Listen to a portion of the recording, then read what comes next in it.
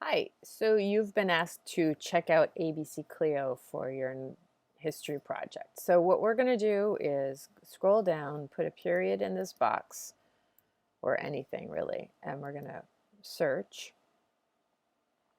And when you get to the landing page, hopefully you've already been signed into your @ncpsk12.org email address. Otherwise, it's going to double check to make sure that you choose that account. Please do.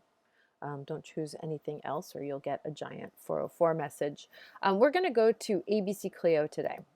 And ABC CLIO primarily is a history database. And once it loads, it's signing you in. Once it loads, you will see that there are a number of modules. So for the history project on religion, you'll see there's daily life through history, modern genocide, that's going to certainly apply, world at war, very also applicable, obviously world religions, and world history, either the modern era or the ancient and medieval eras.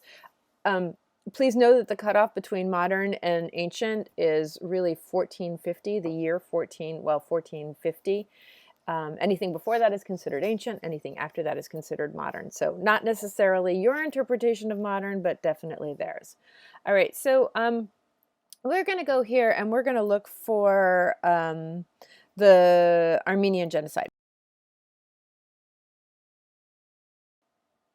And what it produces is very much like some of our other databases. It produces a menu, but instead of organizing the materials according to reference and news articles and magazines and academic journals, you'll see that it organizes by module.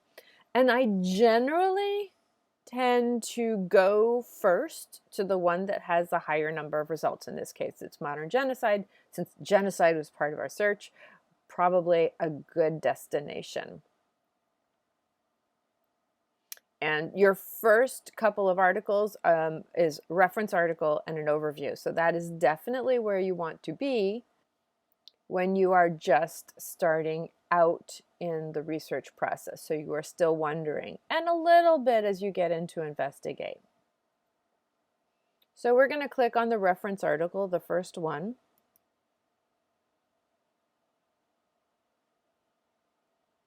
And not only do you have a pretty helpful article here that gives you the before, the during, the after, how it impacted the rest of the world, but you'll also have a citation at the bottom. And very helpful also is this list of related articles, so additional reference articles, biographies. So now we've got some great search terms, photos and illustrations. So now we're talking about primary sources, and again, primary sources down here. So you can see that this database can move you from the very general to the more specific when you get into the images and primary sources down here. You might be wondering where I am here. I went to the annex. So I clicked here and then went to the religion project here.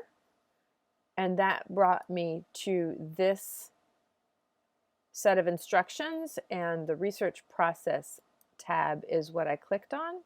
And you'll see that you have a list of the databases we recommend here. We are currently in ABC CLIO, and most of the articles in ABC CLIO are really suitable for the early phases in research, but you can come back to it to look for primary sources later on. So you can cite your source by clicking on the Cite button, and it will give you an MLA citation, which you can copy and paste into your works cited list. And you can also make it read the article to The you. Armenian Genocide took place during World War I and its immediate aftermath and involved the forced deportations and systematic mass killing of the Armenian people by the Young Turk military dictatorship, which ruled over the Ottoman Empire. So you can stop that, and you can also change your settings so it will change the color. The word is changing to the sentence color, the text color. You can change the enhanced text visibility, turn that on. You can change the speed. You can do automatic scrolling. These are really great functions. And you can also translate the article to one of these languages. You can save the article by sending it to Google Drive.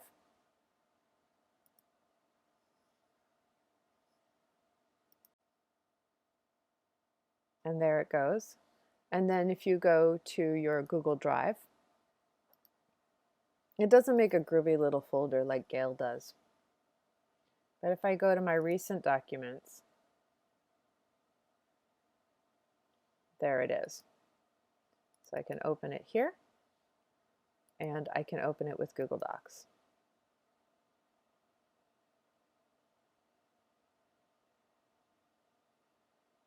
And there's my article